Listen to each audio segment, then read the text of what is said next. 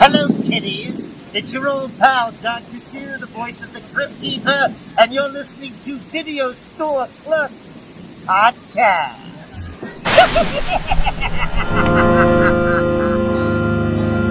Welcome to the store.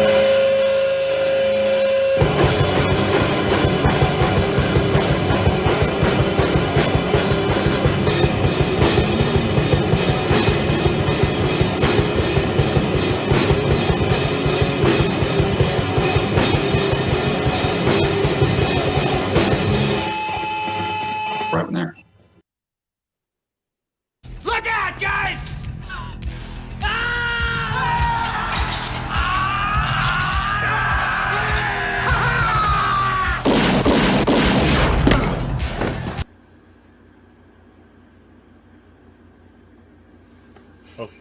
This is Dave Burton from the Video Store Clerks Express, and I'm talking to whoever's listening. Welcome to the show. Hi, Internet. Thank you so much for joining us. Thank you for watching. Thank you for listening. This is, again, the Video Store Clerks Podcast. This is old Dave Burton talking to you. Chad Lopan. Mike Burton. Chuck Nasty. Whitman. Oh, we're all here. We've all come to play. Tonight's the night, ladies and gentlemen. We've been waiting to do this one for a while because tonight we're going to be diving into the coolest movie ever made, Big Trouble in Little China. That's what we're doing here tonight. So jump into the chat, jump into the store. We're here for you, and it's impossible for 5 people to talk about this movie in 1-2 hours. There's no way. So if you have any suggestions, you want any directions you want us to go in regards to this film, let us know in the chat. But we will start the program, as we always do, with the news! Alert, alert. The news is coming to your fucking town. Fuck you up. Right. So what do you want now? Well, if I have to teach you how to be a reporter, Ollie, I'll do that later. Why don't you do that later, Jim? I think the lady expressed herself, and you're not here, you're there. Is there any question you'd like me to ask her? And no, I'll give you lessons on how to become a reporter later. Well, I'll give you some lessons on how to be an editor, because I was your boss once. Yeah, you were, and are no longer. How did that happen? Well, I don't Here's know. Aaron Bildermillo. Good morning, Jim. We are live. I love these news clips. These are great. There's a never-ending supply of them, too. I love watching old men fight. It's great. Well, we'll keep the news short and sweet tonight because we want to dive right into Big Trouble in Little China. So let's do this. The box office this weekend, nobody went to the movies, but coming in at number 1 was Blue Beetle with $25 million, and it just beat Barbie barely. That came in at number 2. Oppenheimer, number 3. Trailing behind was Teenage Mutant Ninja Turtles Mutant Mayhem at number 4. The new comedy from Will Ferrell called Strays, which I will never go see, even if it's funny, came in at number 5. The Meg 2 6. Talk to Me is hanging in there at number 7. Haunted Mansion bombed. It's down to number 8. Sound of Freedom also hanging in there at number 9. And poor Tom Cruise in Mission Impossible. Barbie and Oppenheimer robbed this movie. It's at number 10. So there you go. Speaking of the box office, the re-release of Old Boy, foreign film, 20 years later, playing only in 250 theaters across the country, managed to bring in $880,000, which was more than the initial release 20 years ago. Yeah. So He went and saw in theaters recently. Yeah, it played an hour. Kentucky theater. Yeah, a town over from us played it. So I had to hit that up. yeah, I don't know if that's playing around here or not, but that must have been awesome. I'd love to see that on the big screen. I love that movie. I watched it back in college, and I thought it was awesome. And then just seeing my favorite part is the hallway scene. Spoiler alert, where there's just a long fight through this hallway, and that was the best part to watch for sure. Yeah, we used to watch that in Equilibrium all the fucking time. Oh yeah, there you go. Yeah, great movie. The original, not the Josh Brolin American remake. Stay Yeah, clear of that one. I never saw that one. I haven't either.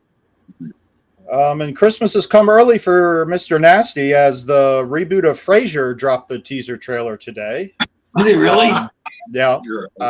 Paramount Plus will be streaming the first 2 episodes starting October the 12th. So mark your Hell yeah. calendar, Nasty. And I'm just gonna go ahead and say it. This is not a joke. I love that show. I know. I'm kind of nervous about this, but I like Kelsey Grammer, so That's the only reason I threw that in there. I threw that in there for you.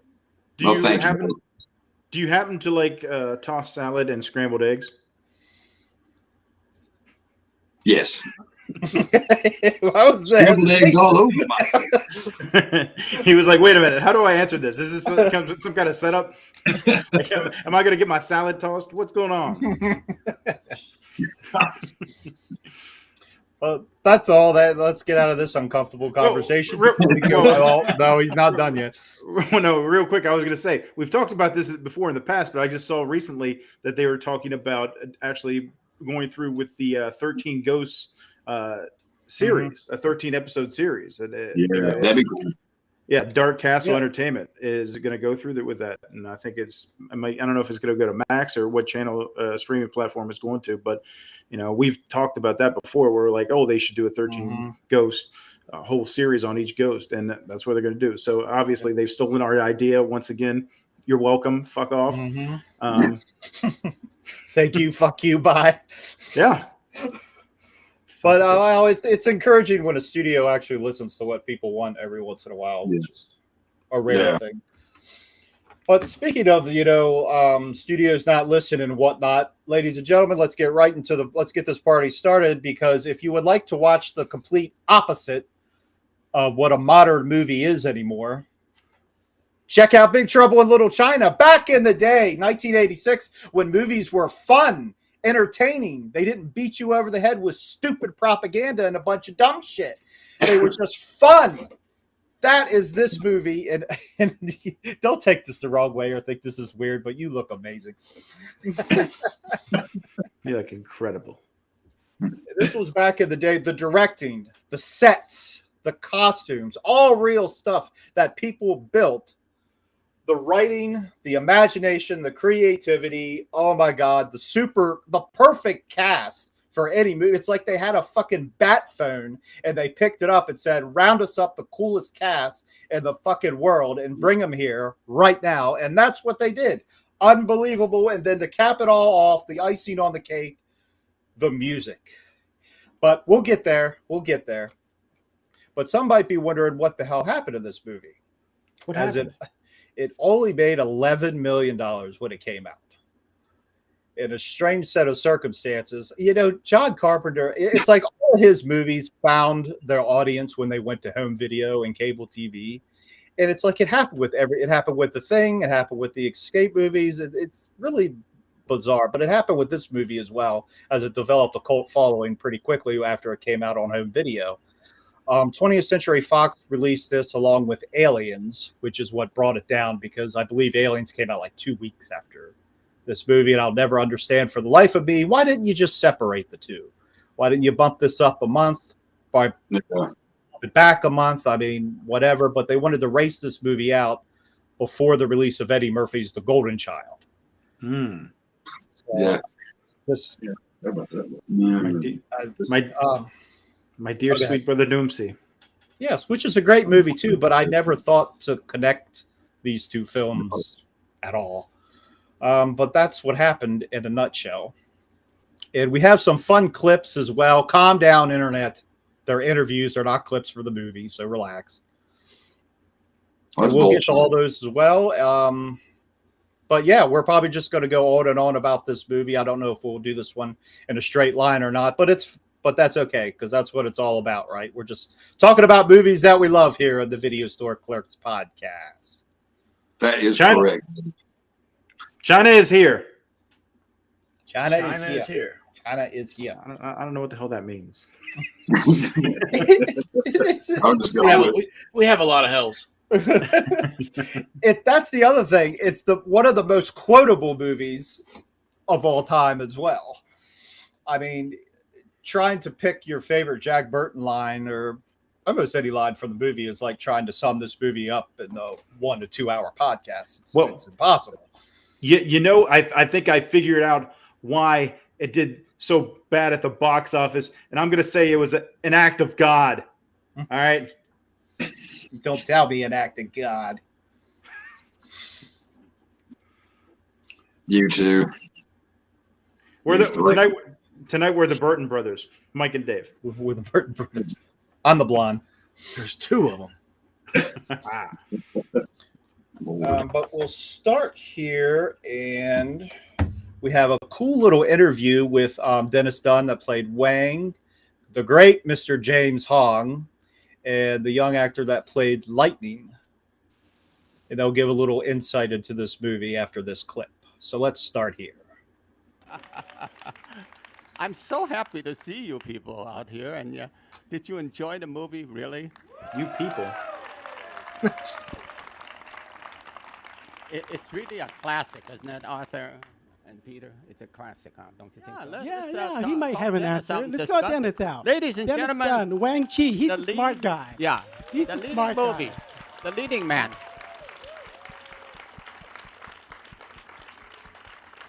Ni hao, ni hao. Is this working? Actually, Dennis couldn't come. I'm his father. Why wasn't a big success in the beginning? Do you remember that? It not being a big interesting. success? I remember when we were shooting the film, John Carpenter said he didn't know if the American public was ready for this film. Because, you know, he's playing Kurt Russell's playing John Wayne, a bumbling guy. The mic. Oh, and you know, I ended up being the hero in the end, and I think there were people kind of disconcerted with they weren't sure what to do with the John Wayne character because he was turning it upside down. Another factor involved in the situation during that time, they did not know how to really push the film. They didn't know how to sell it to the public. At that time, I think you people may have remember the Alien was coming out at approximately the same time with the studio. So the bosses up in the studio said, let's put the advertisement money into the Alien and forget about Big Trouble in Little China. So they did, and the Alien, of course, is a history how big a draw it was, and so therefore Big Trouble just fell to the side, and we weren't pay any attention. We became just another Chinaman film. So, but thank God for the audience and the cult following that happened afterward, years and years, and now people tell me they've seen it 100 times at least, and it's a million. You were fan right. favorite. So, thank you.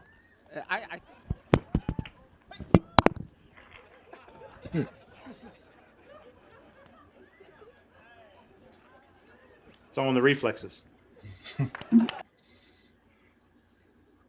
It's unbelievable, that guy. He's 94 years old, by the way, James Hong. That was James last Hong. year. I believe that was when he got his walk on the Hollywood Walk of Fame. Got his star, yeah, just recently. Very well deserved. Which is a crime he just now got. I always kind of assumed he had one already. It was kind of like Carrie Fisher. I kind of assumed that they already had one, but well, it's done now. And look at him moving around, 94 years old. Good Lord, makes me look bad. Right, quite nimble. He's been in everything in the 80s. Yeah, if you watched, I mean, he's done movies all the way back to the 50s, but if you watched a film from the 80s on, just by playing the odds are pretty good. James Hong was in that movie. Yeah. Always liked him in Balls of Fury. Revenge of the Nerds 2. There you go. Yeah.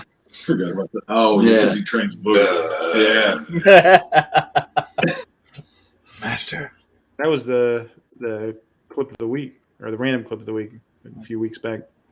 Yeah. Do you want me to read the back of the box? Yeah. Oh yeah, let's give a plot details. I thought we were going to do that before we showed the interview, but Yes, let's do that. All right. It's kind of lengthy, so give me a second. Kurt Russell stars as Jack Burton, a big talking, wisecracking trucker who's suddenly buried into a wild adventure even he could never invent. At the root of it all is Lo Pan, a 2,000-year-old evil magician who rules an empire of spirits beneath San Francisco's Chinatown. Doomed to fleshless existence, he can only be saved by a green-eyed Asian beauty, a girl with green eyes.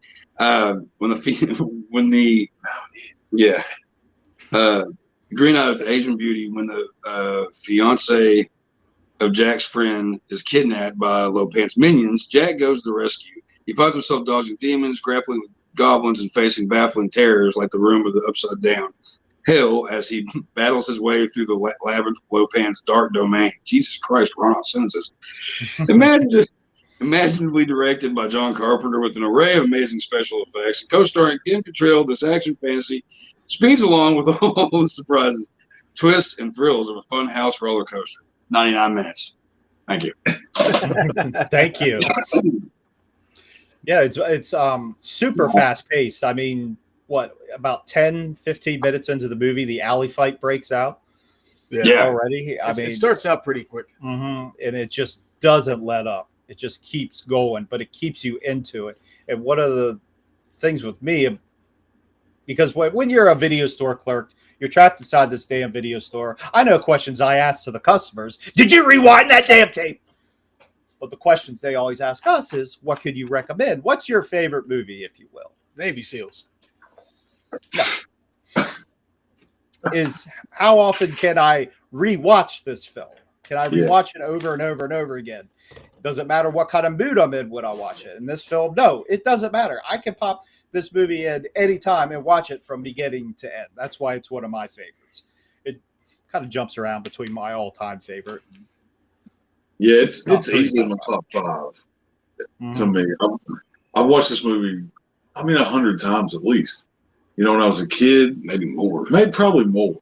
Yeah. You know, there was a point that I would watch it every weekend at my dad's house. You know what I mean? It's like, that was our tradition. Like, that was years and years. So it's like, I don't know how many times I've watched it, but the pacing is what really gets me, and the music, you know. Yeah. Well, I'm sure we'll talk about the music too, but like, it just never lets up, like they were saying. And it hooked me from the beginning, and it still does. Yeah. You can put it in right now, and that drum beat and that synth will come on, and it's just like, oh man. You know,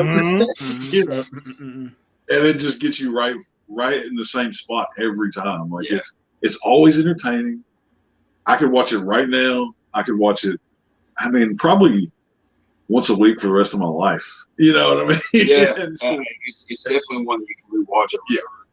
As a kid, I don't remember when I first watched it, but when I learned how to record movies off of VCR, I recorded it twice, upstairs and downstairs. That way I used to have like mixtapes of all kinds, and I had it on like 2 different VHSs, and I would sit there and like skip out the commercials. I'd run upstairs and down the stairs. I'm like, yeah. Very similar. I didn't take it off TV, but my dad, shout out to my dad, but like he would bootleg movies back in the day. We had 2 VHSs, you know, and so I made a old school bootlegging, and it just it just had the thing and Big Trouble in Little China, and I would just watch that tape until it fucking burned out, you know, and so it's one of the funnest movies. Yeah, that's a big key. It's like, it's got action in it. There's like some weird, like, you know, monster elements for us that like horror type of shit. It's very Lovecraftian. There's like, it's a kung fu movie. It's an action flick. There's so many. It's funny. It's comedy. Yeah. It's all over the place, and it works. It's very rare that a movie can have so much to it and it work like it does, because sometimes too much is too much. But there's a lot of things going on. There's a lot. You know, it's like you got Lopan and all these street gangs, and you got the 3 Storms, and you got Wayne and Jack doing their stuff. There's just a lot going on, and it's just it just fits, man. It all fits perfect. The only thing I was really kind of worried about when I was a kid was trying to figure out what was going on in that house, that house of ill repute that he went into. As a kid, I was like, "What's going on?" Right. Why is he saying he has a tie from his wife? It's like, yeah, I was like, that's not right. Why is he this half naked woman and he's saying his wife buttoned his tie? I don't understand. His dad. Explain this to me, Dad. Good old Henry Swanson. Yeah. You got Swanson. But yeah, there is a fine line with trying to write something that's funny, but not to the point where it gets silly. Yeah. And one way I heard it put. was that it's like the audience is in on the joke, but the characters aren't in on the joke. Right. And that still allows for there to be tension, for you to be invested. And especially with the Jack Burton character, you could easily make him not likable at all. You could be like, this guy just needs to shut up and go away. And even the Gracie Law character could even be horrible. Irritating. Yeah, but she's not. They're tuning in just right. Like somehow. If Jack was like a little more of an asshole, you wouldn't want him at all. Right. And if she was a little more pushy and like trying to like get in their business, you wouldn't like her either. But they're just like dialed in right, man. Honestly, in real life, I don't think that any of us would be able to stand Jack Burton in real life. Because you think about how big of an asshole. Just for a little bit. Yeah, small doses. Small doses. Because he is completely that guy we all went to school with that thought he was a lot cooler than he really was. And which everybody kind of like forgets the fact that he's not the real hero in the movie. But I love the fact that he looks like he would be. Yeah, that's the whole joke. Exactly. That's perfect. Like what they were saying, he's the John Wayne character. Yeah. And actually the hero is Wayne.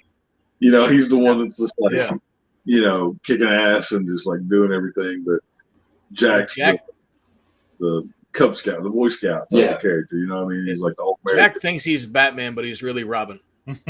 Yeah.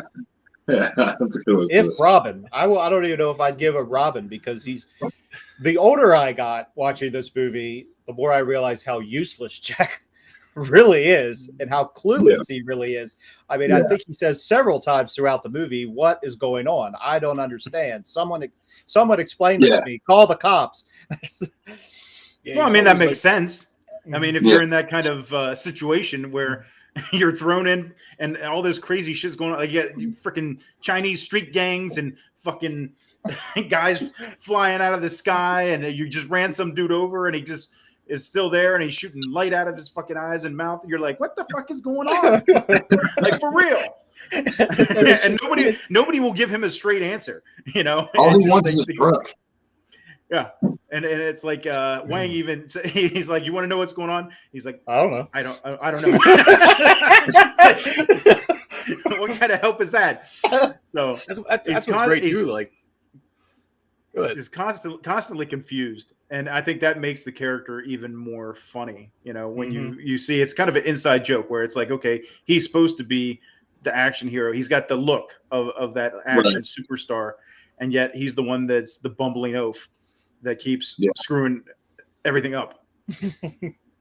Because in the beginning, like you don't even know what's going to happen because they're just chilling in a fucking alleyway, fucking playing Pai Gow and Fantan, and then he has no idea what the fuck the rest of the day is about to go to shit with.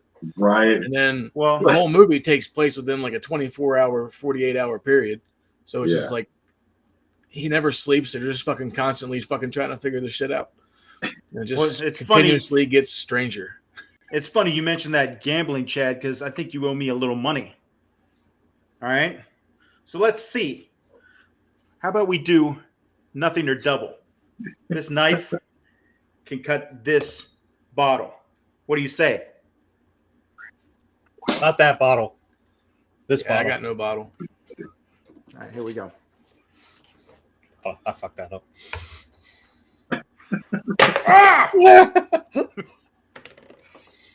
It worked at home.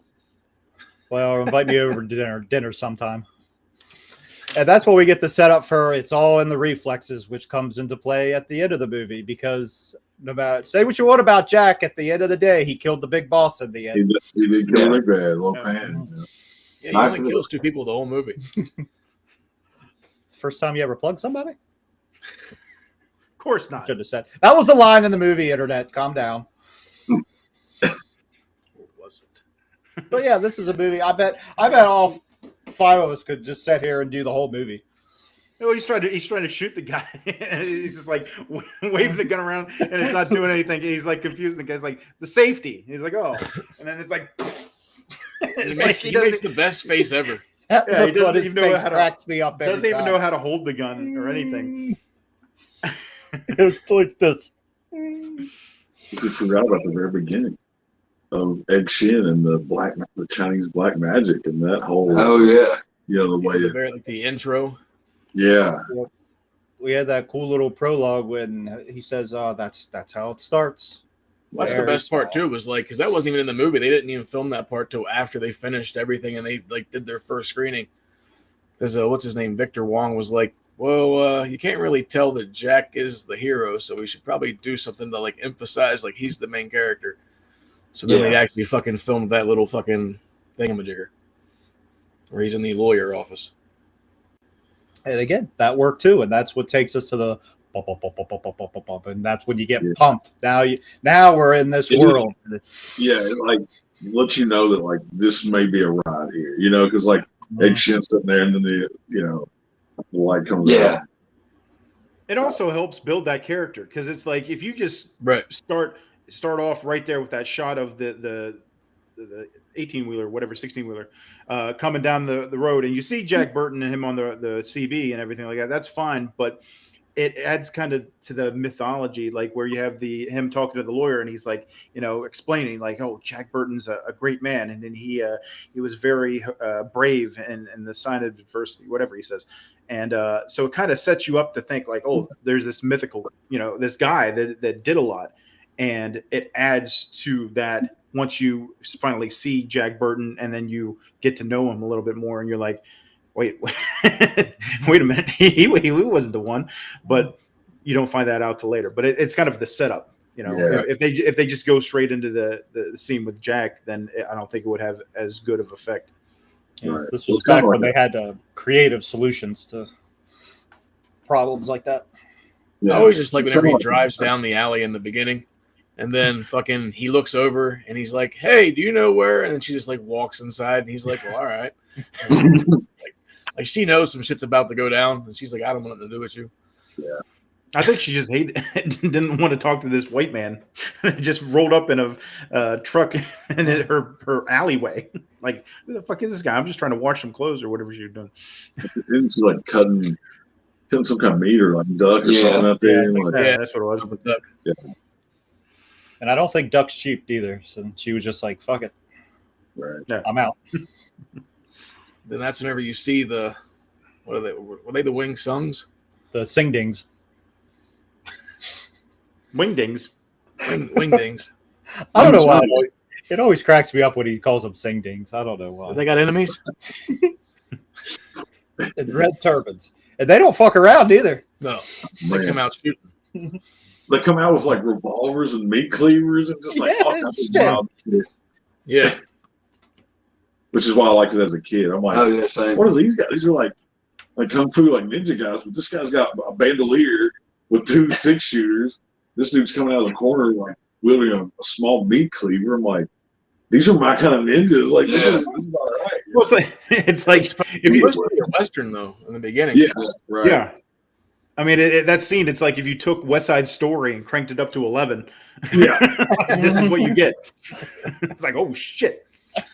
Yeah, they just come out fucking fighting. Yeah, that whole scene's great. And then the Storms show up and just fucking clear house. Yeah. They weren't fucking around. Which I remember seeing that as a kid and being like, Braden. Mm-hmm. Yeah. Right. Yeah. I was just going to say that. Get out of my head. And that's the first of many influence to the Mortal Kombat franchise that we see in this movie. There's quite a few. Yeah. And, even down and even Katana's fan shows up, and Raiden, of course. How the guy blows up. That's a fatality on one of the Mortal Kombat. I love that scene. That's a good one. That's been a meme for years and years and years. The people that probably haven't even seen the movie. People don't know where it's from. They have no idea where it's from. Yeah. And yeah, that's where we get our introduction to the 3 storms. What are you doing there? I always believe Thunder to be the leader. Do you guys agree? Or the probably. Yeah. Okay. Yeah, because he's the one that like has more interaction with Lopan. Yeah. You know, outside of because it shows the other 2 a little bit. Yeah. But he's the one that like pushes him when he's the old man, and he, he's the one that greets the. He's the only one with lines in the movie. Mm-hmm. Yeah. He had Oh a yeah, couple because lines. The other guy doesn't even. the one that I guess win, or whatever. He even just like nods and just kind of does a few like, when him and Wayne are doing their like aerial kung fu thing. Yeah, he's just like, all right, and they, I always thought it was like one of the coolest scenes too as a kid. after they get the 6 demon bag, man, everybody's like amped up. It's really good. Right. And Jack Burton knocks himself out. Yeah.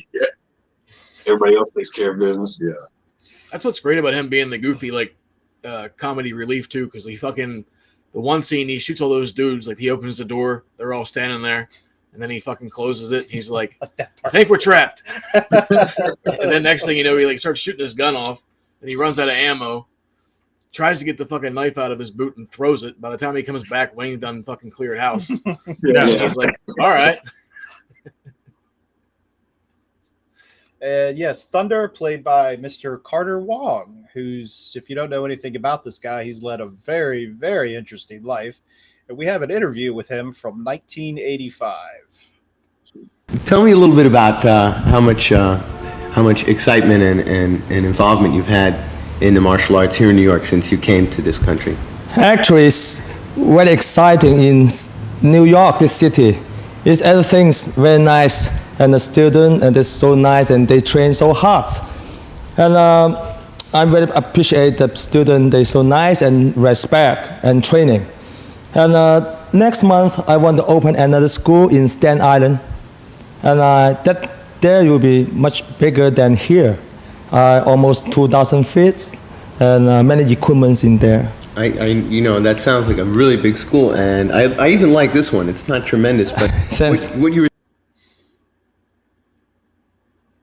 started martial arts when he was 8 years old, and because that interview was in 85, he must have moved to Los Angeles right after that, because he ended up going to LA to audition for this part that he ended up getting, and he ended up just staying out there. And those schools he was talking about in New York, he just gave to his students. And he opened several more schools in LA. He trained Sylvester Stallone on Rambo 3. He's done a bunch of stunt work. I think choreography rather, fight choreography, which I believe he added to this film as well. I would say so. Well, yeah. I think he was even one of the stunt coordinators on the film. By the end of it, because Carpenter just liked the way he worked. What else was that guy in? He did a lot of movies in China. He did a lot of the martial arts movies over there. Yeah, there's some movies I can't even pronounce. Yeah, I'm trying to think about the movies I would have seen, which is kind of whatever the popular shit. I don't know about. I'm not 100% sure. There's a lot of weird ones. I don't even think I've seen half of them. I know I could see him in something else, but I can't remember what the movie is. But he's a bad guy. Imagine that. Makes for a great villain. Carter Wong. And as well as Dennis Dunn that we talked about earlier that played Wang. He went on to do a couple things. I think he worked on Prince of Darkness too. I don't remember that. Yeah. Was he? Okay. Yeah. It's been a long time since I rented that movie. Love that. I used to walk by it all the time because the cover art always got my attention, but I just never picked it up to rent it for whatever reason. And he said he auditioned for Dragon the Bruce Lee story, but he didn't get it. Oh. Yeah, he did a lot of B movies and stuff like that. He never really this never really catapulted him into any kind of light or anything like that. But I think it was the times, what's his face said, being in Indiana Jones. After that, he a short round. He just didn't. The roles for Asian Americans just dried up. It was few and far between. A lot of stereotypes, a lot of typecast stuff, where you just didn't have a lot of options. And I think that's just kind of fell into that scenario in the late 80s, early 90s. And it's just crazy too, because all that fucking talent just being overlooked like that. I know they wanted Clint Eastwood originally for the role of Jack Burton. I couldn't imagine anybody else. Him and somebody else. I think it was Jack Nicholson. That's right. It was. Yeah. Yeah. You can't. But Carpenter wanted Jack Kurt from the jump. Kurt Russell just had always had this like he can always be a badass, but in that time period, he was always kind of being like the overboard type character. And I feel like this is the same character in Overboard. Like, you know what I mean? Like, he kind of has the same kind of. It like, kind of is. Well, he said that the you're right. Well, he said that the suit he was wearing in the brothel was the same suit he wore in Used Cars. Oh yeah. Oh shit. That's an old one. Yeah. That's another one I haven't seen in a long time. Yeah, it's been a while. Yeah, but Kurt Russell's always been good about being funny and being like kind of a smart ass, a badass. Like, what his relationship with Carpenter. Yeah. Like they're buddies. He's been in both the Escape movies, and he's been in the thing, and like they've done so much work. Yeah, it's like you can feel how comfortable he is, just kind of the way he's rolling with the script or whatever. Yeah, I think he's just super chill with Carpenter. You know, they just jive so well. Whereas like if you stuck in like a Clint Eastwood or somebody else, it's like just the performance wouldn't even been the same. And I mean, everybody's good actors, whatever, but it's like he just nailed the right feel of this character. Yeah, like you can't make Clint Eastwood a goofball. No, he's gonna play it too serious. Like everybody's expecting him to be serious. Like you can't do it. But Kurt Russell kind of treads that line of like he can play an overboard character, or he can be a Snake Plissken character, or he can kind of ride that weird comedic action, kind of a badass, kind of not, kind of line, you know, where a lot of people can't, I don't think, do that well. Yeah. Even if they are a good actor. Like Clint Eastwood can't play a soft role. He's always like the hard ass dude. Like even in a goofy movie, he has to be the hard dude. Yeah, like what was that movie with him and the monkey? That was like the funniest thing he did. Yeah, like I mean that's okay. That's his. But that's like I can't. And even half the time, he's still trying to play that straight. True. You know, he's just like got to deal. He's with always it. Dirty Harry. Yeah, pretty much. You know, so it's like if you think about all the roles or all the moments that Chad Burton has in this movie, and then put Clint Eastwood, it doesn't even work. No, that would make fucking sense. Not. I think they even said they thought about getting Jeff Bridges to do it, but he just did Starman, so they didn't want to work together that soon. I can almost see him doing it, but it's a lot closer to Clint Eastwood. It's a lot closer, yeah. You know, especially after he had performances like the dude, to where you know, he had that in him, even though Lebowski came out way later. You know, but like he can kind of play some of that kind of looser. Because he does different roles and stuff. Yeah, you know, that's about as weird as like they originally wanted to get Frank Sinatra to play Dirty Harry. Could you imagine that? You know, it's like how would he hold a gun holding a martini and a cigarette? Like I don't. Well, Carpenter originally wanted Jackie Chan to play Wang, but his English wasn't real good back then, and then Chan turned it down. Right. Yeah, that would have been. See that right there, would have been weird too. I don't know. But you could almost see it a little bit. Yeah, I mean, he was just coming off Police Story too, so he was a big hot item back then. Yeah, but I think Get It Done was great. Yeah, I think this worked out, especially with John Carpenter and Kurt Russell teaming up again. You know, it's like you had Escape from New York, you had The Thing, and now this, and their chemistry. Yeah, they had. I always forget about that. Their chemistry was already there, so it was like just naturally it worked out to where, you know, why not? Why would these guys not work together again? And I think Kurt Russell was concerned about it not being a box office success, and John Carpenter said to him, "Look, I just want to do another film with you." You know, right? They were, I think, more friends than anything, just having a good time. Right. Yeah, this is a movie I'd give anything to have been on the set just for one day, preferably in the final battle scene. For one day, just to hang out. I won't get in the way. I just want to hang out because it looks like you guys are having a fucking blast doing this movie, and that comes off too. It looks like Kurt Russell and the whole cast just look like they're having fun. Yeah. Maybe not James Hong when he's in all that makeup, but for the most part, everyone looks like they're having. No, he said he hated the makeup. Time. It looks like it'll be uncomfortable. Yes. And speaking of which, we have another little clip here. Do we have a clip? We have a lot of clips tonight. Flippy. Mr. James Hong and what? Some other guy. Peter. What? Wait a minute. Peter. What?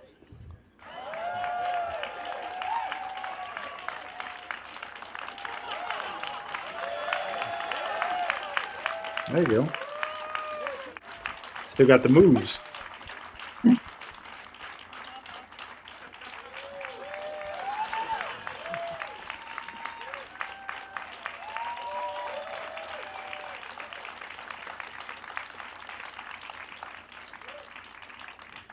So glad you got the intro, guys. This is...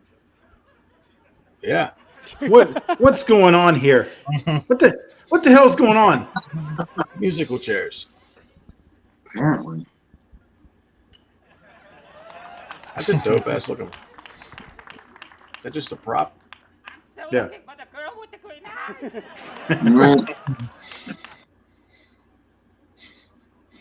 All that. So cool. That's pretty cool though.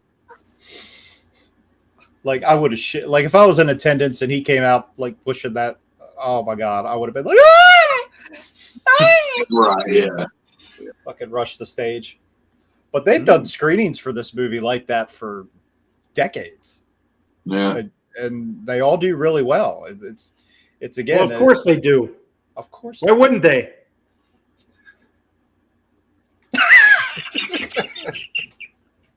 We hear you.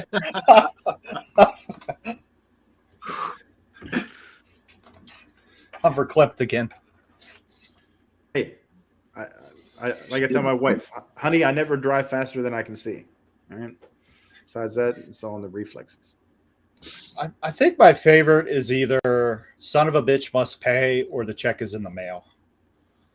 The check is It would have to be down to those two. And when they come up on that screen or wall or whatever, and I was getting ready to say hollow, fuck it, fuck it. I was getting ready to say that. I love that. Yeah, I love that one too. That's a Man, I can't pick one. Whenever another one, I love like little goofy shit. Whenever Lopan's there talking to Kim Cattrall's character, and she's like getting smart with him, and you just see his hand come into the screen. He's like, like messing with her, like smacking it away. She tries to bite his fingers. Yeah, you see these hands. That shit cracked me up. Oh, it's so I always wonder why she stopped whenever that fucking mannequin or whatever the fuck opened up. Like I wouldn't stop. I'd have kept going. She just kicks it out, and she gets jacked by the furry thing. Yeah, we can't forget about the sewer monster or whatever you want to call it that shows up. He looks great too, by the way. I love. Wish we could see more of it. See, one of my favorite scenes was whenever they're all sneaking back into like the lair, and then they're walking down in that fucking like dungeon or whatever the fuck they're at, and then the big giant cockroach thing comes out the wall. Action throws the fucking thing. He's like, "You'll come out no more." And Jack's like, "What? What'll come out no more?" God damn it! Like he's so lost the whole fucking movie, and it's great. Right. It's like the black blood of the earth, and he's like, "Oil? No, black blood of the earth." Like it's so good. Right there.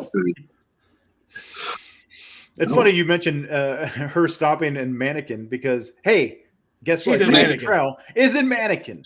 That was another favorite as a kid. Mm-hmm. Yeah, I had a big crush on Kim Cattrall as a kid. I think we all probably did. Police Academy. I did. Yeah. Yeah, Police Academy. Police Academy, and what's the one? Split Second. She was in too. Oh, she was in Porky's too. Yeah. Porky's 2 or just Porky's? No, Porky's also. Being a complete smartass. Sorry. Yeah, I know. See, the thing with us is we can all bullshit with a straight face. That makes us very dangerous. Right. Well, yeah. Well, yeah. What? Give me your best What'll shot. come out no more? I can't take it. The part when they go into the place acting as if they're electricians, Oh yeah, he had the phone. Yeah, I work for the phone company. He's just walking through with a fucking hand. They walk right through the doors, and they go over to the elevator. And remember, he's like, what does it say? And he says, it says, I can't remember. Crazy, like the pits of hell or something. Yeah, and he's like, really, or something. There's a door. No, it says, keep out. It's like, you're gonna fuck with me right now. That part always fucks with me. It just, I don't know, like when all the water rises up. Then I like all the dead people all rotting all around him and shit. Like, I don't know. As a kid, This ain't good, Wang. Everything just falls into place. Everything works out perfectly, and it's not by any fault of Jack. It's just everything falls into place, and it's usually not him making it work. No, So- not at all. It's just great writing, really. That putting all this together. And another scene not long after that is another one of my favorites. A scene where he's in the wheelchair. Yeah, and it goes. Oh yeah. And because we've all had that feeling, you know, when you're sitting in your chair and you're leaning back, just catch yourself. Ugh. Yeah, that freaks me out a little bit too. I don't like heights, and I don't like water. Like I'm afraid of gravity. Oh God, falling. I don't like it.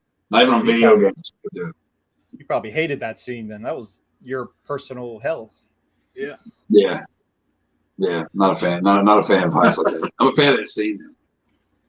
There's no scenes. This movie to me is a complete like 5 when it comes down to that. Oh yeah. I mean, it's perfect. It's like it's the ultimate in fun movie. Like you look at the definition of a fun movie, Big Trouble in Little China should be right there in that space. Yeah.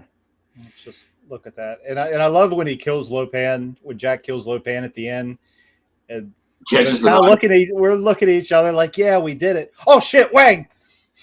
And then there's that scene that's out of a cartoon where they're running back and forth and stuff's flying from every direction. Yeah. And that's what leads us to when he hulks up a little too much. A little too fast. They drank the magic potion. I don't think he's going to stop.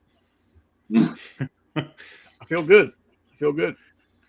And what of the, because of the advent of high definition, were those vegetables when he blew up? Oh, I don't know. Yeah. It almost looked like lettuce. It looked like it. Which I never noticed before until watching this movie in high definition. Yeah, it looks like lettuce and like some shit. Yeah, that it you looks buy like in, somebody a garbage disposal. Which just makes it that much funnier, I think. But yeah, he's easily in my top 3. Like after I just watched the movie, it usually goes to my number 1, but usually jumps around between my top 3 favorite movies of all time, just for the rewatch factor. Well, I have about 45 top 5s, so yeah, we're all it right. changes. it changes every day. And this is also why John Carpenter is always on my Mount Rushmore of favorite directors, because. And it's funny too, because like watching the movie, I watched it with the commentary on, and they were talking about how every movie that Carpenter and Russell do together never really gets a lot of results in the box office till like years later, once it's actually released and everything. And then after that, they end up turning into cult films. So they're like, we always make movies before our time. Mm-hmm. It's true. Yeah. I don't know anybody that's seen this movie that hates it.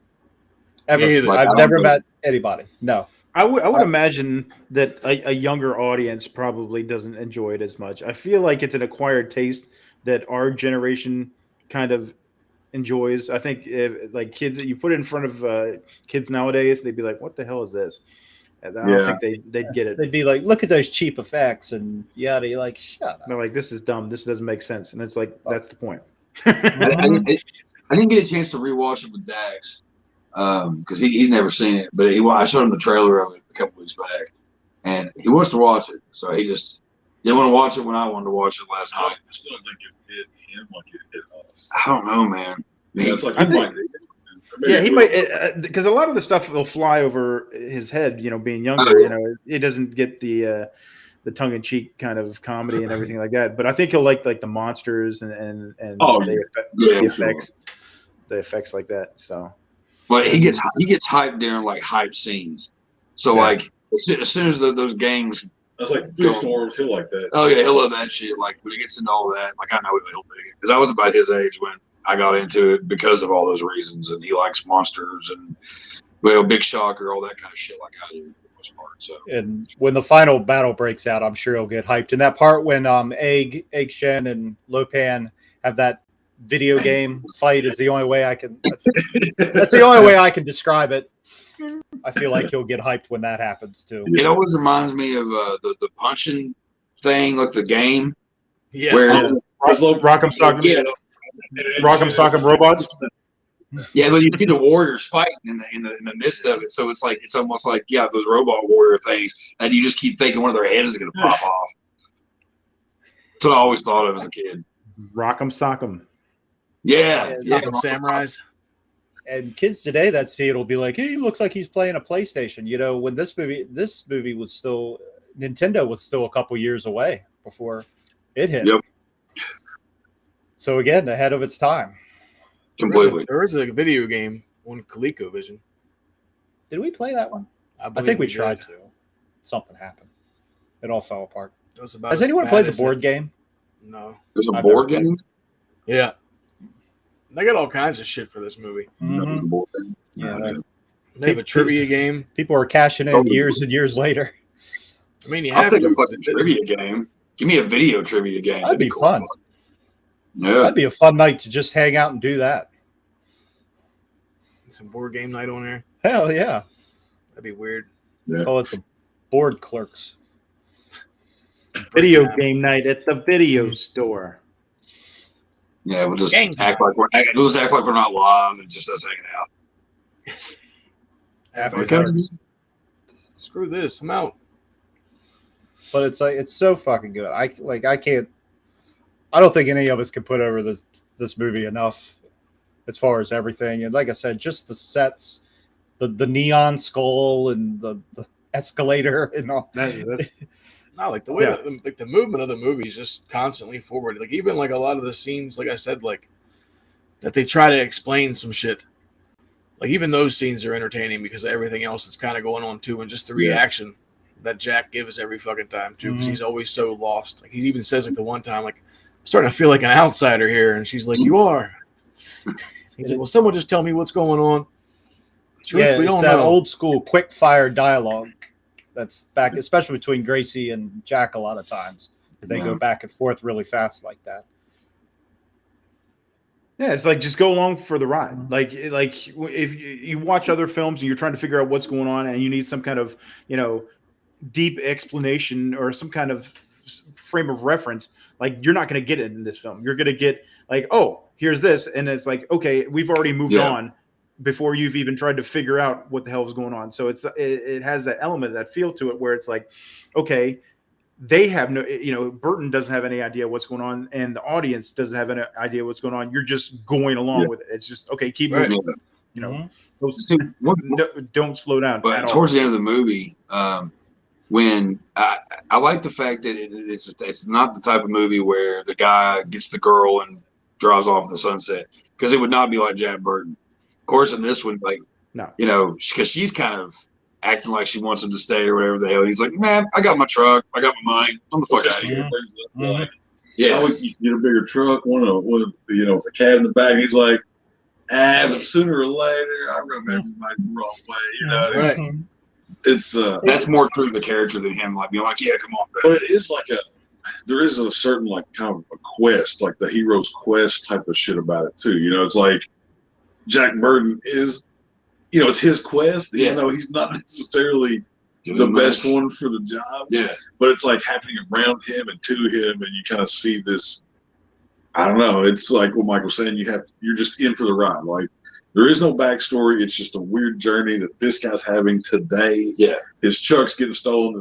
This girl's getting stolen. I mean, there's just like it's just happening right now. You just have to be. Yeah, you're just in it. There is no reason. It's just But it's kind of like Ash. Like where's that fucking crossover?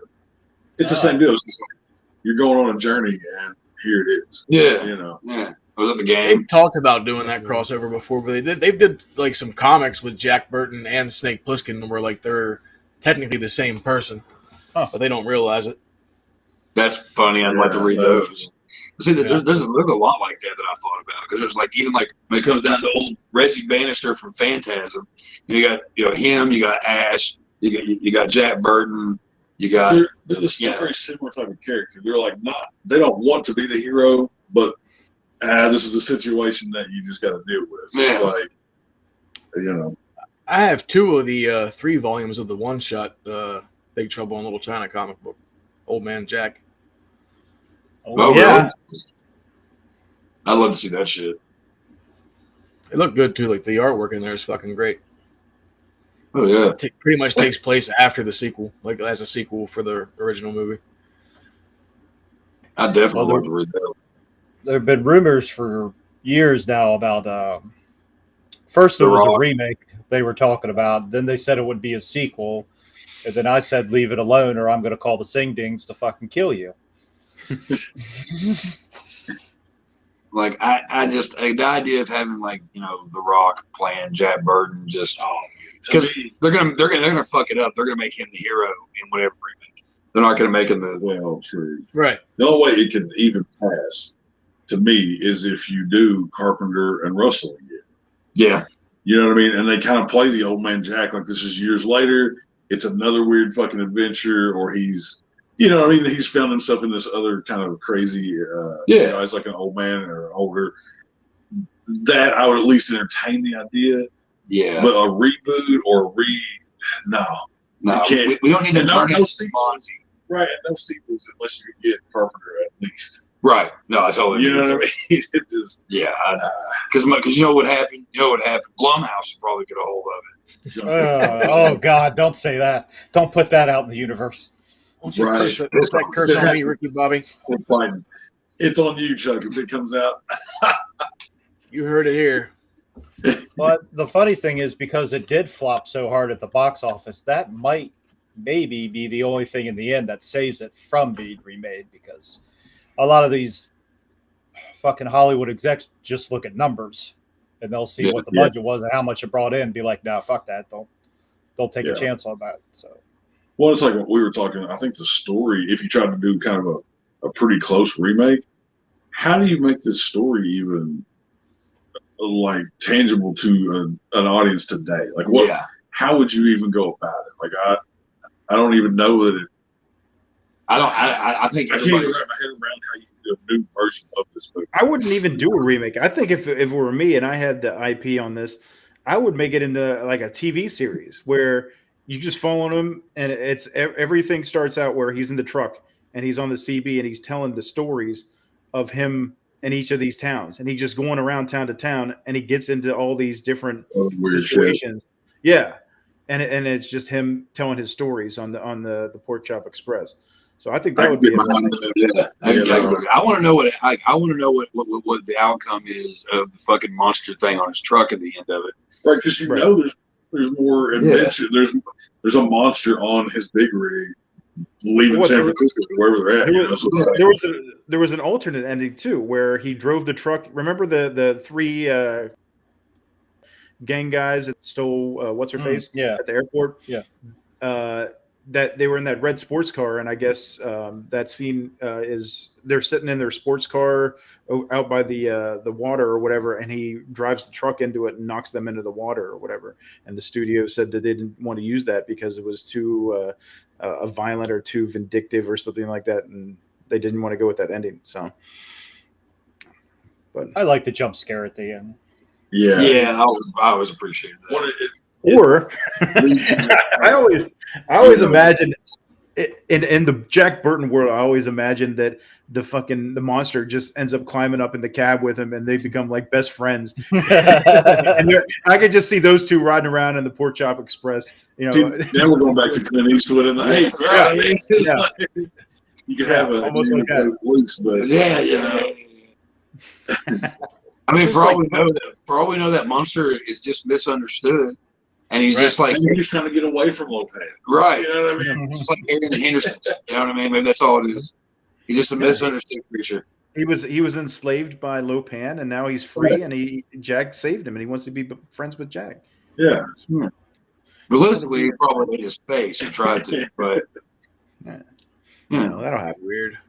It's a nice thought, though.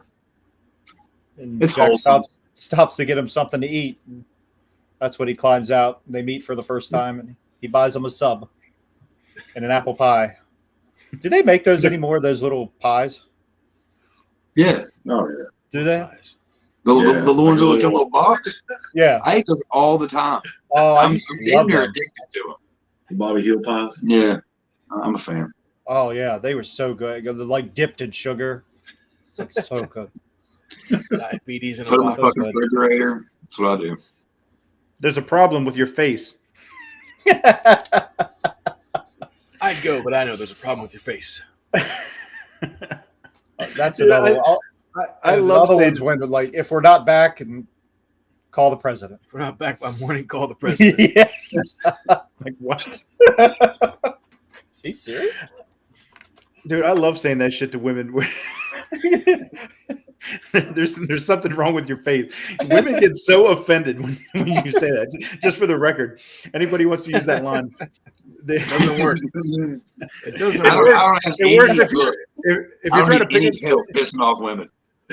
If you're trying to pick up a chick, it does not help. But if you're trying to piss somebody off and you want to laugh, there's something wrong with your face.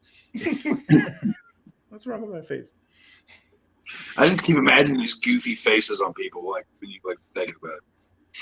It's funny. Do you think Jack Burton went on to become Dean Prophet from Overboard? He just transitioned into that character. Yeah, that's what happened. Just chill out. He tried to lead a simple life. Yeah. And Goldie he's rich. He says he's rich now. when he only got $3,300. It's like, what? Yeah, I'm rich now. I'm gonna go sell my truck and whatever. I was like, no. I don't even think it was that much. It's probably like 2,300.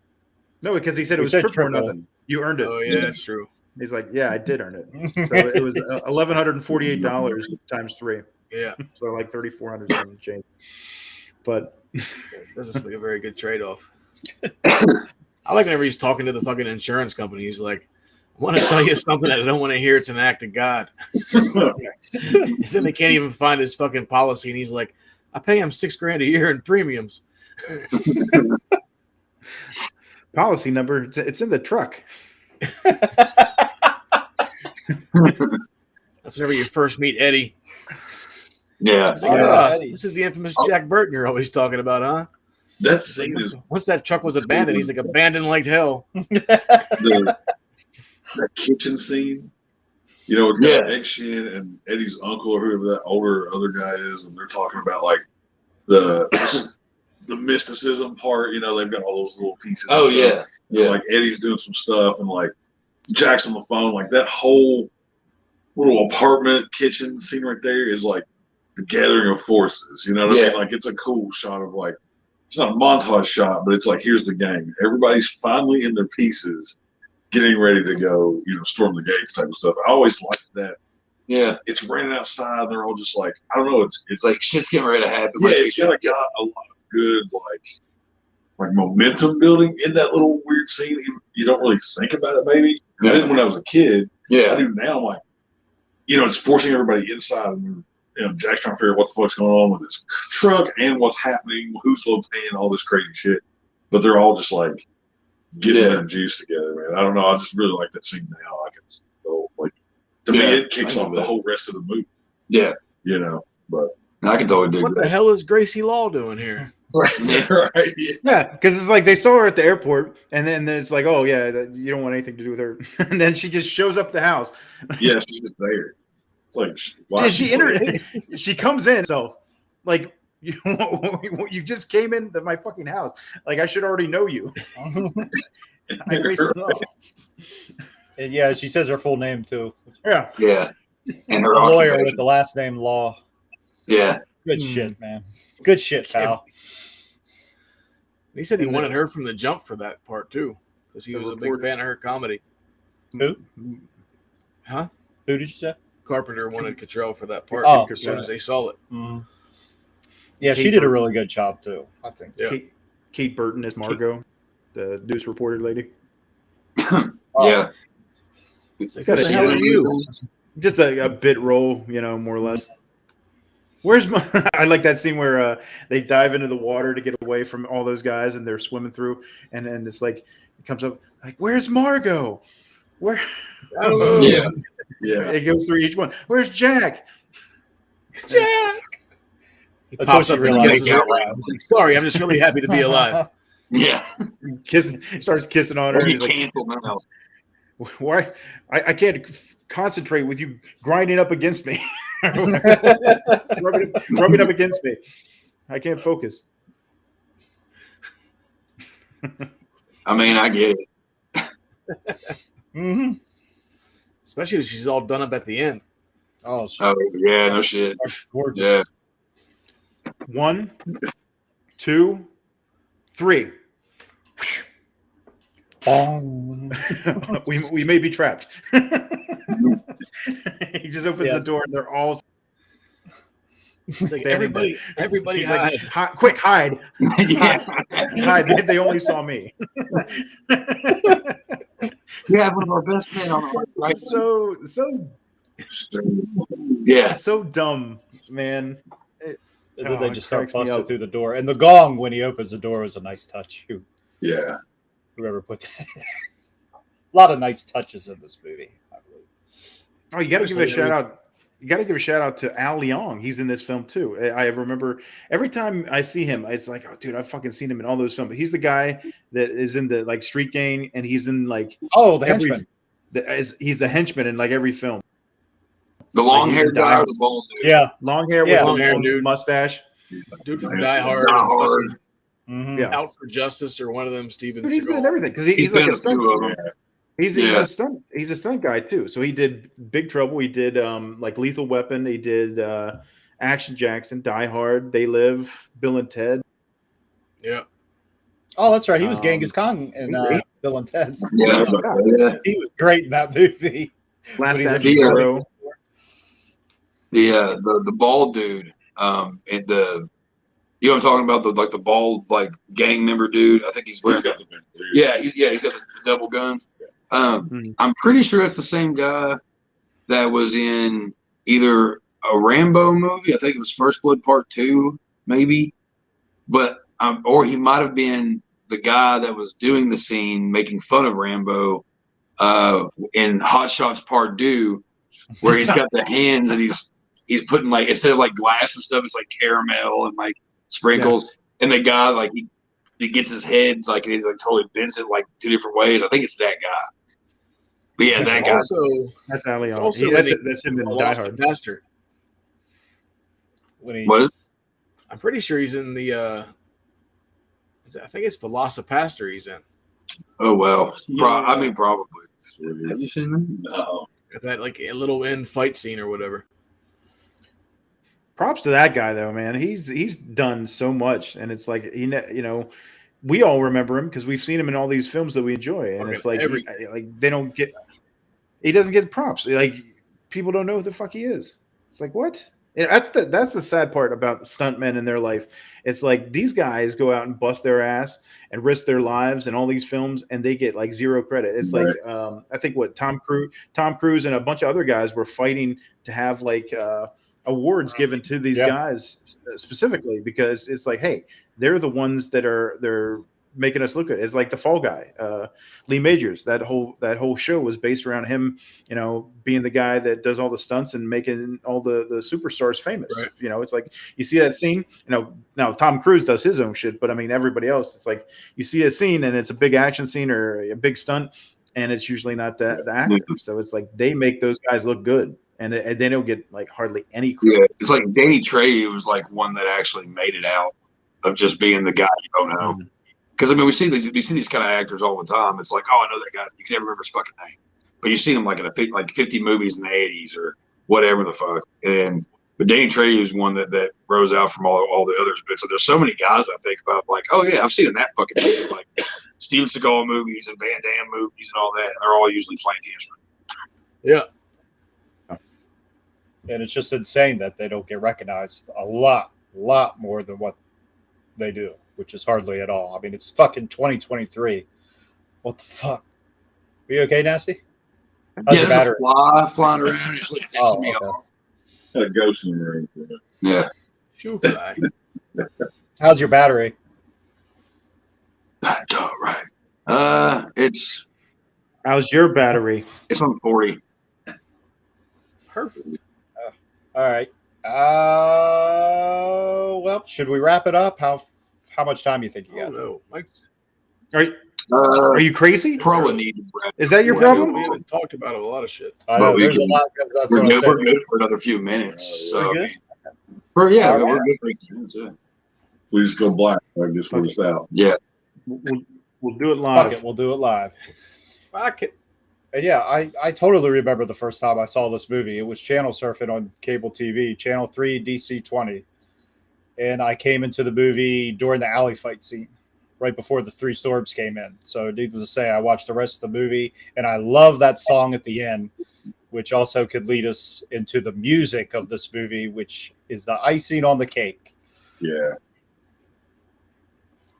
Oh, John Carpenter and the Coupe de Villes.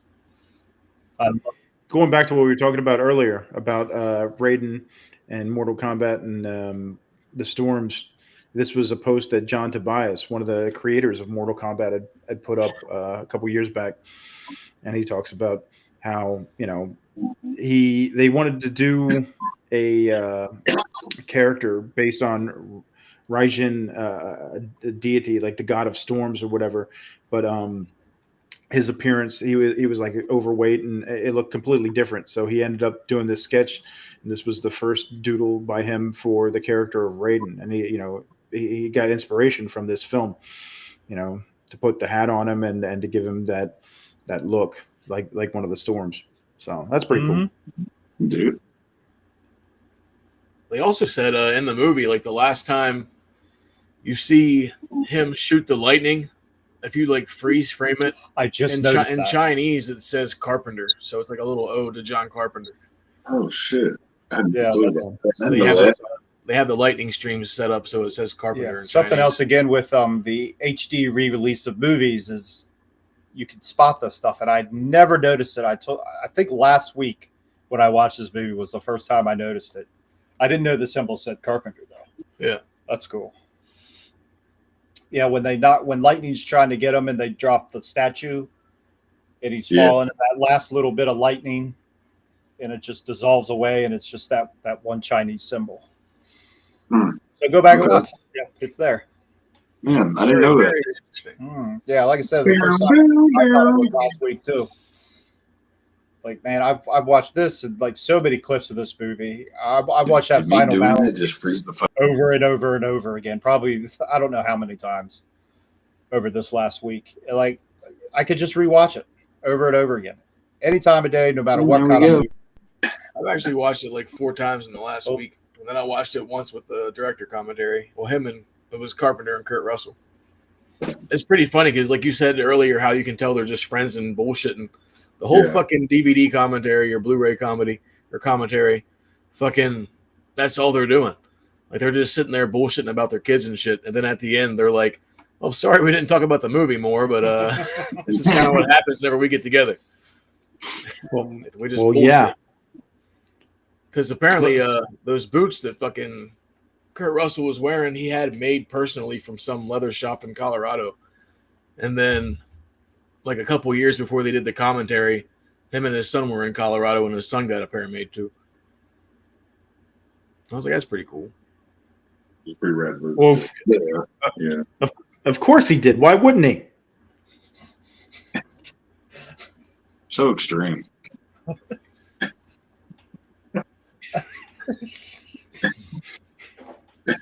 And let's not forget the young lady that played Bao Ying. Beautiful. And green eyes. She only did a couple things too, but I do believe she got married and to a gaffer, I believe, someone in the film business, and moved to New York, had a couple kids, and opened a restaurant. I don't know if she called it Dragon of the Black Pool or not. You'll have to check. That's a dope ass jacket that he had too. That's fucking sick. Which one? The dragon. Oh, jacket right. that Wang's wearing. I'm sure they sell those somewhere. We'll have to look. Oh yeah, I mean you can buy the shirt. They do. Oh, they do. Yeah, those are so Not to be confused with the flaming dragons from Tropic Thunder. Right.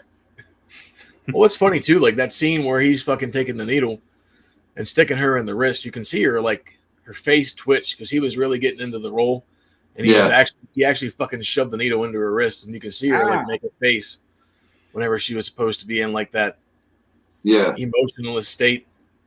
That's pretty funny. Yeah. Like after they got done filming, she was like, and like she had like a little like blood running down her wrist for real. Nice. Damn. Yeah. We need to take your picture and pass it on to Mr. James Hall for approval. I think he'd appreciate it. Why wouldn't he?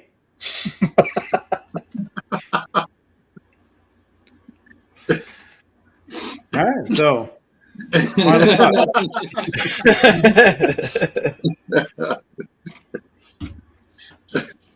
This is so great. It's such a great movie. It's so well done. I'll say again, God, I miss movies like this. Me too. Yeah. Sure. Yeah, I don't know when. I mean, I've been watching a lot of movies here lately, and just it's few and far between a movie that makes you feel like this. Yeah, like just fun, and it's just you can just totally get in that mindset, and it's just I don't know, man. It's a good escape. It's a good story, and there's not many like that. Even good movies, sure, but it's like I don't know. It's hard to put all these elements together to be, thing. Yeah. You just try to like focus it on us, and it just went to the middle. You're in slow motion, and it's great. Yeah, it's pretty funny stuff here.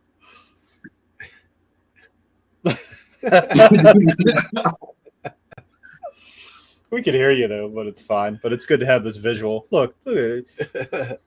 Two happy guys. Yeah, they're just sitting on the couch having fun, playing with their six demon bag. Is that what you're calling them? I know bag's being played with right now, buddy. All right. You just keep your thoughts to yourself, son. You just stay on your side of the roster. It's great. What's in it, Egg? Hey, may the wings of liberty never lose a feather. Really shook the pillars of hell. That's another good one. Really shook the pillars of heaven, didn't we, Wang? Whatever they're trying to toast, and they're saying all this other stuff, and he just doesn't get it. And then finally, he has to talk to Jack in like American speak, like I gotta put over the USA, and he's like, hell yeah, and then he gets all about it. It's the only way to get him to drink it. Yeah, because he doesn't care about any of this Chinese history or theology or anything like that. It's like it goes over his head, and he wants no part of it. And then it's like, oh well, let's toast to America. He's like, oh hell yeah, now you're talking my language. I like That's what whenever they beat that it's like it's in San Francisco. Yeah, you know what I mean. So it does a good job of like pulling you into like this Chinese like history mythology. And you're like, oh yeah, it's just like it's in California. You know what I mean? Like it's I don't know. I kind of forget about it when I watch it, but completely. So I think that's just a kind of a unique thing about it. It's a movie set here. Yeah, about Chinese culture that you totally get sucked into like a whole different. I feel the same way about the Dolph Lundgren Punisher movie. You kind of forget that that's not in Japan. Mm-hmm. Just something out there. Same kind of feeling is what he's talking about. All right, that's good, guys. Thank you. Showdown in Little Tokyo. Oh no! Because I always think of that one scene. Where he compliments Dolph Lundgren's dick size. Yeah. That one. I will never know why they thought that was a good idea. I don't know why they thought that was why. Like, I mean, Dolph Lundgren didn't even have time to put his pants on, but he could load up on weapons while he's wearing his underwear. And he's just like, hey, that's a big dick, or whatever the fuck he says to him. You have the biggest dick. Like, what the fuck, dude? Like, what the hell? No. Hollow? What the hell? Fuck it. And yeah, let's not, we have all those great scenes and great shots in the caverns and the sewers and Lopan's lair and whatnot. But let's not forget about all the scenes from Chinatown, all those great shots within San Francisco. Yeah. Yeah, let's talk about it. It's so distracting. San Francisco, yeah. Yeah. We used a lot of the same sets. They said I think that same set from the alleyway is still propped up in L.A. That's cool. Well, yeah, it is. Why wouldn't it be?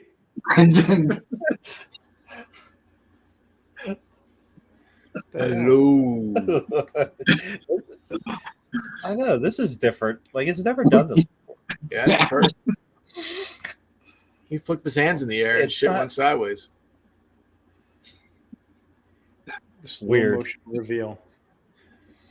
It's like fucking Emilio coming out of the trunk.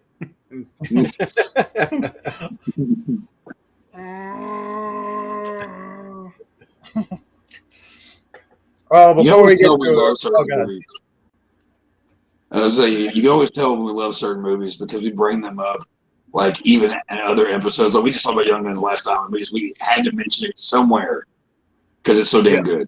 So I mean, it's like we've mentioned this movie 1,000 times. I thought we did it before, and I was like, oh wait, I guess we haven't.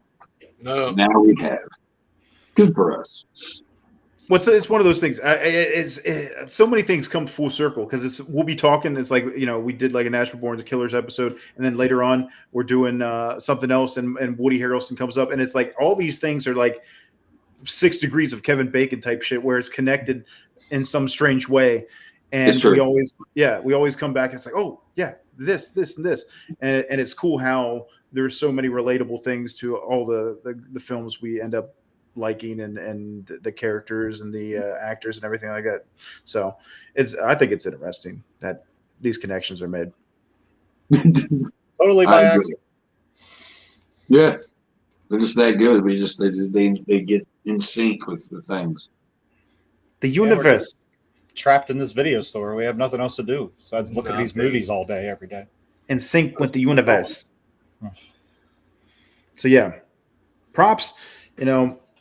Great, like everything, great story, great storytelling, great storytelling. We got to give props to the writers, Gary Goldman, David Weinstein.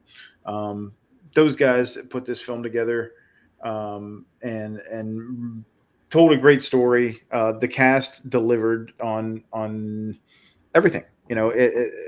There's so much going on here and so many different elements, like we talked about, different genres, so many different styles, and it comes across so well to where you enjoy this film so much. Great cast, great directing with Carpenter as always. So yeah, just a fun ass film. Another one of these fun ass films that we just fucking have a blast watching and talking about. Like even like the makeup crew was dope and like the effects people, because yeah, I think they said they had to use whenever they did the Guardian. We really didn't talk much about him, which is like Lopan's eyes. Whenever he's not in a certain area of the house, like whenever they did him, I think they said it took like 11 different effects people to get him to actually move and hover and all that shit. Mm-hmm. Yeah, they said that was one of the hardest effects to do in the whole movie. Was that little guy? Yeah, and he turned out not great looking, but I mean, for being in the time, he looked good. Yeah, I always thought it was cool. Yeah. Then when he gets shot, he's like, especially impaled. Yeah. Even like old Lopan's makeup was fucking phenomenal too. Mm-hmm. Yeah. Like you actually believed he was like a couple hundred years old.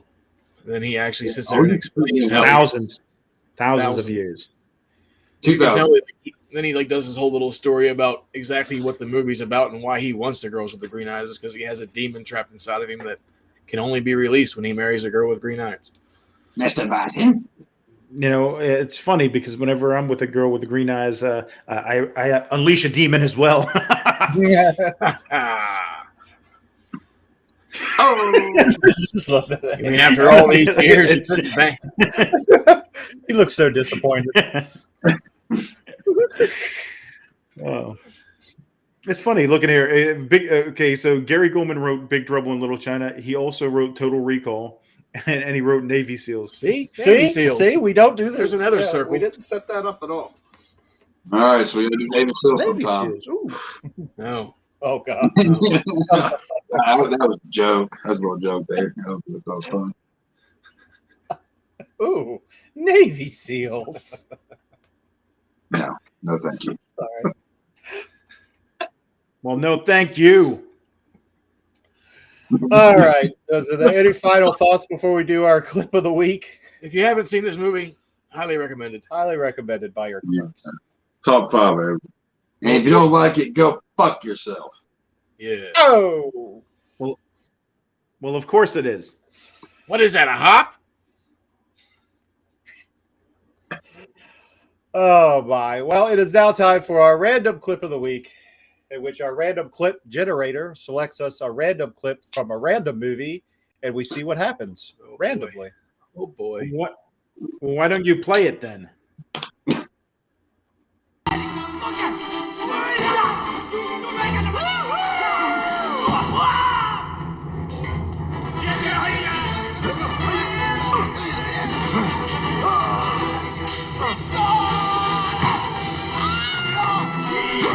Oh.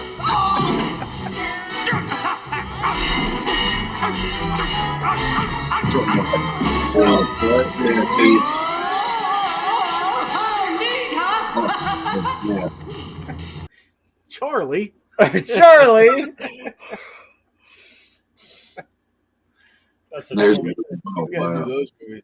Yeah, I was just thinking What a that. wild ass movie. I haven't seen that forever. What the hell? Ramps. Dax loves it. He's seen the first two and he loved it. I didn't know how he was going to like it, but the first House movie he really liked. And I had him watch the second one. It was cool. Well, the second one's just like out of control. Out of control. Like, just crazy. Yeah. Which, I mean, any kid's going to love it with all the shit. I did.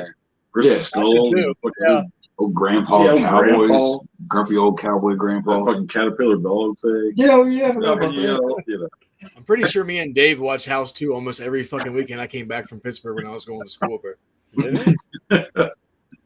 I mean, it was pretty solid. Yeah. I mean,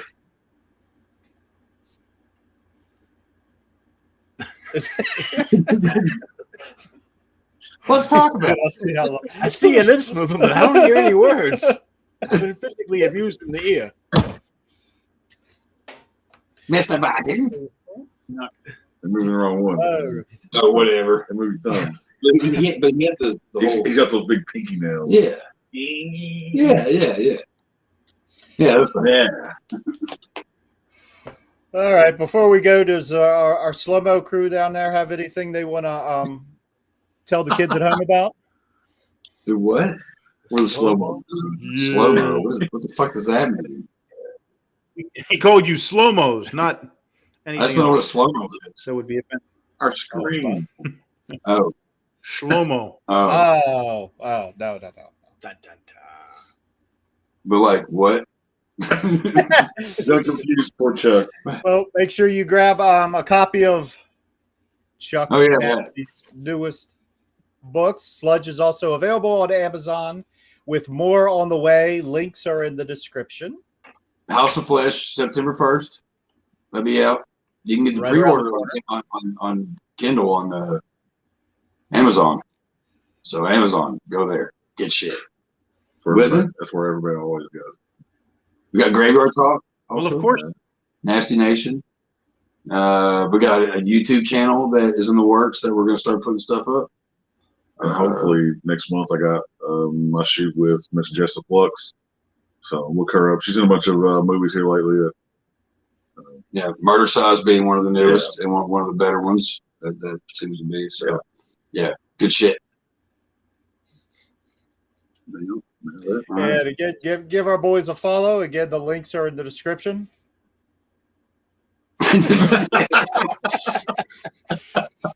And we thank you so much for joining us tonight for this very special episode, Big Trouble in Little China. Oh boy, God, what's going on next week? Next week's oh God, what's going on? Well, we're wrapping up the summertime flicks. So might as well do another summertime flick. What? I don't remember. Skynet becomes self-aware next week. Oh. Oh boy. August 29th.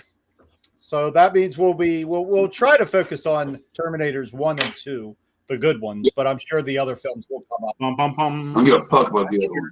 1 and 2 is gonna be a long show. Yeah, we'll try to avoid the bad ones. We'll try to just focus on the good ones. I was supposed to have some kind of fucking Skynet countdown, and I fucking never found it. So fuck it. So tune in next week, Tuesday, 10 p.m. Eastern. Don't forget to like and subscribe so you don't miss all of our new content.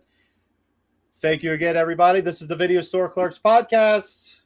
I'm Dave. Chad, man. I'm Mike. I'm Chuck. I'm Whitman. Thank you again, everybody. Good night.